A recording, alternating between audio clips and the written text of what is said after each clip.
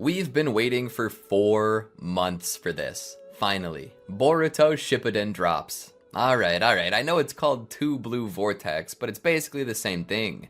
Shippuden means Whirlpool Chronicles in Japanese. Vortex, Whirlpool, it's all the same when you get right down to it. But what isn't the same is the path of the protagonist. When last we saw Boruto, he was leaving Konoha for training after he had been betrayed by Kawaki, who was in the middle of an attempt to kill him. Kawaki had failed and had locked away Naruto and Hinata in the world of Daikokuten. Then, with Ada's help, more like a fluke neither of them saw coming, a genjutsu that even makes the infinite Tsukiyomi blush takes place. Omnipotence. A very high and mighty name for a technique designed to simply alter the memories of those who are cast under it. At the time of making this video, I have yet to actually read the chapter, so I hope to share that experience with you, as well as discuss and opine upon the plot and this pickle our hero Boruto has found himself in. Sit back, strap on your forehead protectors, and let's all become non-suffocating divers and dive right down into this new story. Before we begin, we publish a new video every day, so be sure to subscribe to our channel and ring the bell to get notified about our latest videos. We've noticed that a lot of folks watching our videos aren't actually subscribed to our channel. We really appreciate you guys coming back and watching all the time, but YouTube isn't perfect when it comes to recommending our stuff. So if you don't want to miss a video, and if you want to support our channel, make sure you subscribe. Thanks so much. If you're a fan of us, please consider subscribing to our other channels and following us on all of our social media. Help us reach our goal of passing 100,000 followers on all of our accounts by the end of the year. Our story starts with the apparently far more stylish Sarada standing outside of the Hokage's office. I mean, I always thought Boruto's art style reminded me of JoJo, but it's obvious now that the shinobi world is now a world of rock stars. I mean, how do you plan to Naruto run in those 6-inch heels, Sarada? Inside, Sarada once more attempts to explain to the Hokage that Boruto is innocent, something she has apparently done plenty of times before to no avail. And this time is no different. And, hold up, wait, Shikamaru? Shikamaru is the 8th Hokage. But isn't that like a drag? I didn't expect Shikamaru. I guess Sasuke couldn't be here, but Shikamaru Nara. Was there really no one else qualified? I mean, Team Konohamaru over here. I really thought it would be awesome for Konohamaru to get a swing. After all, he's no slouch and he is the grandson of the 3rd Hokage. Anyway, Shikamaru tells her that Boruto is in this pickle all by himself, and that it was he who had killed the 7th Hokage, his wife, and attempted to kill Kawaki. He is a traitor and his actions cannot go unpunished. She continues trying to sell Shikamaru that his entire premise is wrong and that Boruto just needs time to explain his side of things. Konohamaru asks her that if he were innocent, why would he run away? Say what you want, they had Ada's Senrigan eyewitness testimony, and they would need irrefutable proof to even consider this. She says that anyone in their right mind would run when a kill order had been issued for them. Shikamaru, sitting down at what should have been Konohamaru's desk, I'm gonna be bitter about that for a while, tells her the honest truth. The order to hunt Boruto is in line with the laws, but even further, it's in line with the will of the people. And even if they did rescind the order to have Boruto brought to justice, this would do very little to sway the minds of everyone who remained angry at him for killing their Kage. Shikamaru, obviously tired of her constant attempts to sway his opinion, tells her flatly that this is the last time they will speak on the matter before ordering her to get back to her mission. Sarada bursts with frustration, hurling an insult at the ever-cool head of Shikamaru, who just lets it roll off his back. Konohamaru, however, does not, finally stating Shikamaru to be a Lord 8th and tells her she shouldn't be disrespectful. I mean, at least they made Konohamaru the aide of the 8th Hokage, but man, I really needed Kono's mug on Hokage Rock. Shikamaru tells Konohamaru to calm down and then states that he's worried for Sarada, telling her that at this rate, she can forget about becoming Hokage. Heck, she can even forget about becoming anything more than a genin. Sarada, turned and ready to leave, asks if it's because her father, Sasuke, had betrayed Konoha for a 2nd time, and Shikamaru tells her that it has nothing to do with that, and that it's solely about her and her own conduct. Sarada scoffs at this and tells him that Naruto was the one who brought her father back after he lost his way, and tells him again that Naruto was able to become the 7th Hokage despite being a genin still. She tells Shikamaru that Naruto is her role model, not Shikamaru. With nothing left to note, Sarada leaves the office. Elsewhere, we find both Naruto and Hinata locked away in the world of Daikokuten. There, Kawaki appears to check up on them. Ominous. designed to be a reveal of Kawaki's new design in part 2, though very little has changed from who he had been save a jacket. Not really that much different from what we saw in the opening chapters of the Boruto manga. He doesn't say anything in this scene, and it just skips back to Sarada, who is now walking down the street with Sumire. She admits that she was overly harsh with Shikamaru again, and even shows a little remorse, saying that it wasn't really his fault. Sumire reminds her that omnipotence is a powerful genjutsu to which very few are exempt. And to the world, everything seems natural, and it's Sarada and Sumire who are strange for questioning past events. Simply put, Kawaki was always the son of Naruto. That's just how it is to them. They don't question it, nor do they question that Boruto is a traitor. Sarada, tired and frustrated from being ignored by everyone save Sumire, tells her that the longer the genjutsu lasted, the more time it had to set in. She said that in the earlier days of the genjutsu, people at least sensed that something was off, such as how Kawaki could be born in the village yet be modified by Kara. Sarada states that even Shikamaru interrogated Kawaki heavily on this, but now not a shred of doubt is left in their minds.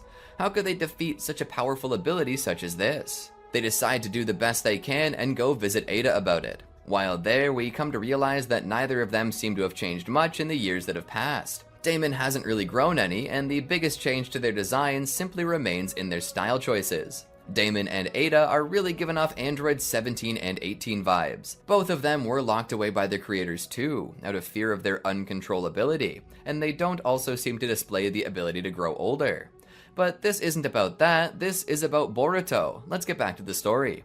They ask Ada to undo the genjutsu. Damon seems slightly annoyed by their determination at this, and Ada tells them that they have no control over this. They can't undo it because they don't even know how they initiated it. Much like her ability to charm, Ada has little to no control over it whatsoever, though they have managed to learn more about it. Despite Ada claiming to have uncovered new information about omnipotence, all she really does is recap the ability for everyone, stating that it's an Otsutsuki clan shinjutsu that makes one's desires real, and that it made Kawaki's desire real. Sarada asks if there's any way for them to reverse it, to which Ada states that she doesn't know. She does tell them, however, that attempting to change their opinions will do them no good. Sarada doesn't seem to buy that, as after all, the truth is still the truth, even if nobody believes it. And if they can properly articulate what has transpired, people will have no choice but to believe them. Poor Sarada. She doesn't seem to yet grasp how this technique works. Ada tells them that it doesn't work that way, because they're trying to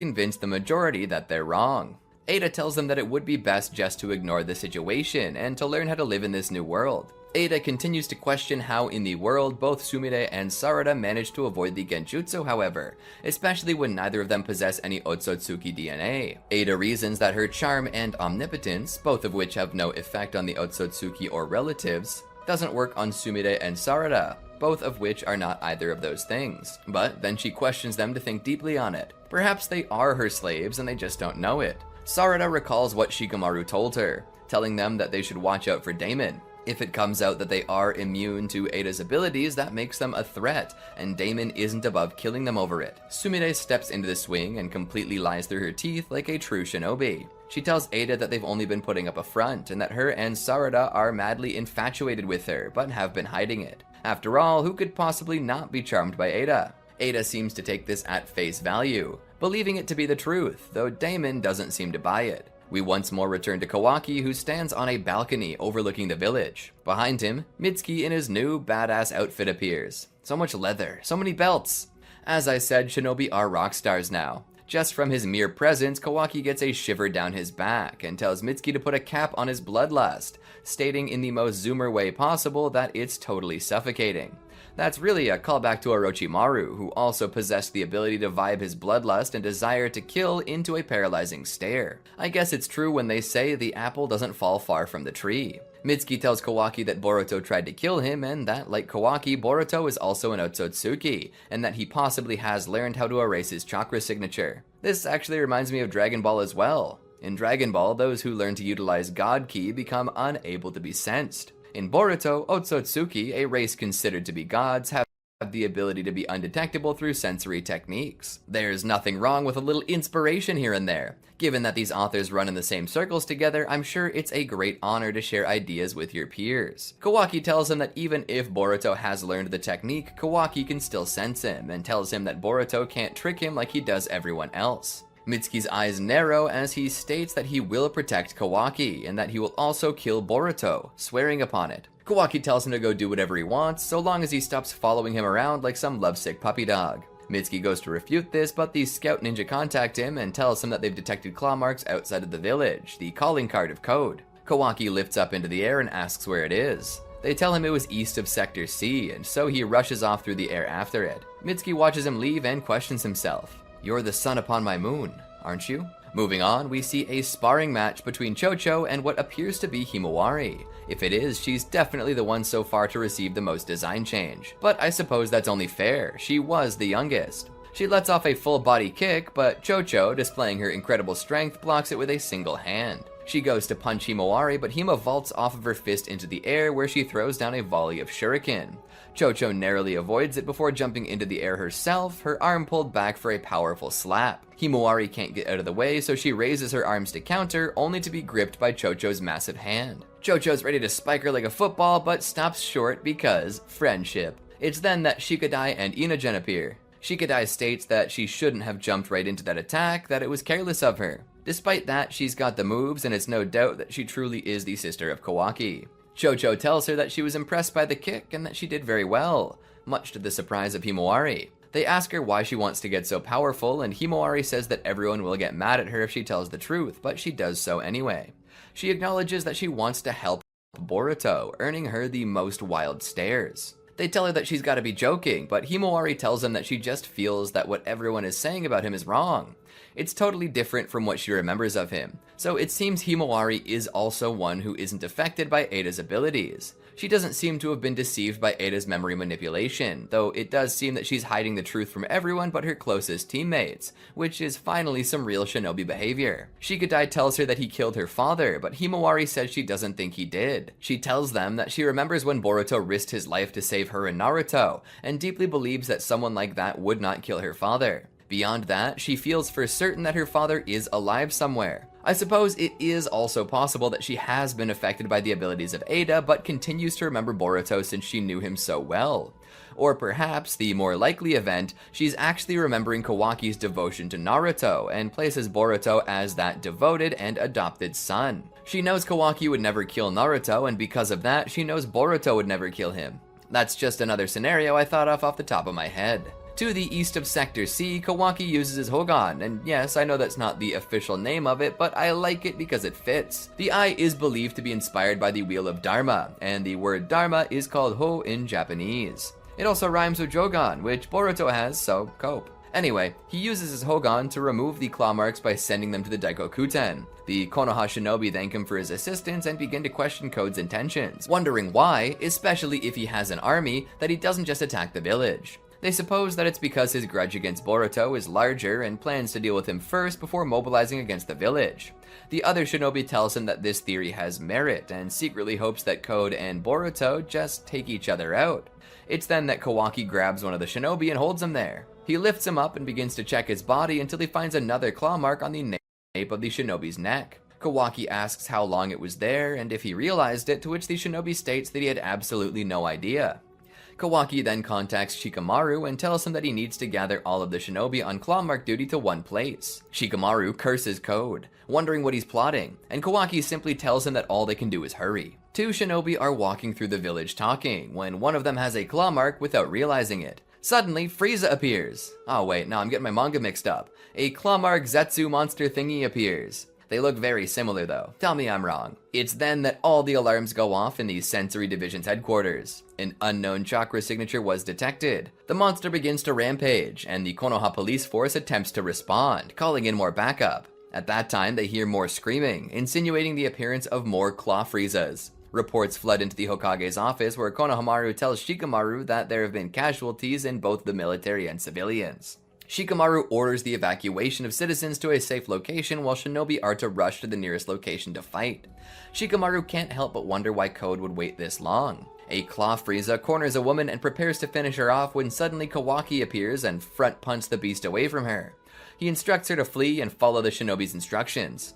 At that time, Sarada appears to put her foot in the gut of a Claw Frieza before wondering where these claw grimes are coming from. That may be their official name, but I can't help but call them Claw Friezas. From this one Claw Frieza, 2 more spawn. This displays a dangerous new ability for an instant strike anywhere. So long as one can be there, they can all be there. At that moment, Code appears from one of the Claw Friezas and hovers before Sarada. I swear he's trying to be an edgy Count Dracula. Look at that neckerchief. Also, it's been a while since I read that chapter, but is Code's scar over his eye new? I don't recall him having that before, but anyway. Sarada asks why Code is there, and Code states that he's looking for Boruto. Sarada tells him that Boruto is no longer there and that he left years earlier. Code says that he knows and he has been tracking him for 2 years and has become tired of the chase. Sarada tells him that he isn't here and should go look elsewhere. Code then decides to rephrase. He doesn't want to go to Boruto, he wants Boruto to come to him, which is why he's now attacking Konoha. He says that he plans to have all of Boruto's former friends call out to him, starting with Sarada. He says that he hopes she can scream real pretty and loud enough that it reaches his ears. Sarada looks around, surrounded by Claw Friezas, but suddenly Boruto appears, his boot in the face of Code. It's here that we get our first look at the new Boruto, now sporting a Jian on his hip and a cloak much like Sasuke's. He also possesses the forehead protector of Sasuke and just otherwise dresses like he just walked off the set of Pirates of the Caribbean 6. Sarada sees Boruto and is astounded. Boruto, still standing on Code like Captain Morgan, tells him that it's that sort of sick thinking that creeps a girl out. Code forms claws and attempts to strike at Boruto, but Boruto dodges. At that moment, all sensory types recognize Boruto's chakra and inform the Hokage. They say that Boruto suddenly appeared out of the sky over Code's position. Sumire also feels this and Ada witnesses it herself. Shikamaru declares that everyone should focus on dealing with Code and his claw grimes first while keeping an eye on Boruto's movements and position. Standing there before Code, the 3 biggest players in this part notice each other's presence: Code, Boruto, and Kawaki. All the while, Kawaki, having sensed it, states that he has finally shown up. And that is where the chapter ends. The next chapter is scheduled to release on September 20th, 2023. Now, it's time to dive deeply into this. First things first, what happened between now and the last chapter of Boruto?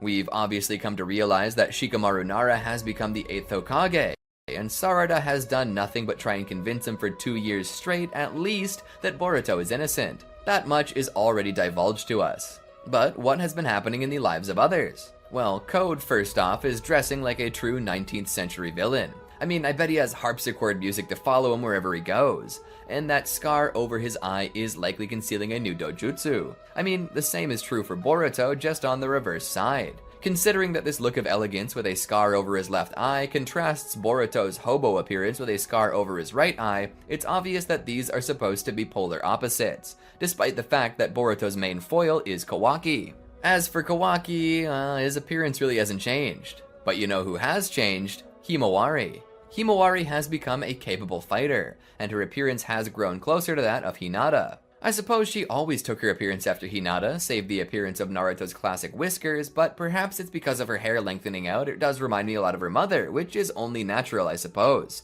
But the truly intriguing question about Himawari is if she is immune to Ada's techniques or not. She obviously has her ideas about Boruto's innocence, but is that because she remembers Boruto, or is it because she remembers Kawaki and knows that Kawaki would never harm Naruto? I suppose it really could be either, with the latter being more akin to a loophole in omnipotence rather than an outright rejection of it. It would also show that Himawari thinks very highly of Kawaki, and had Kawaki not lucked out with omnipotence, Himawari likely would have been training her best so she could go and save Kawaki too.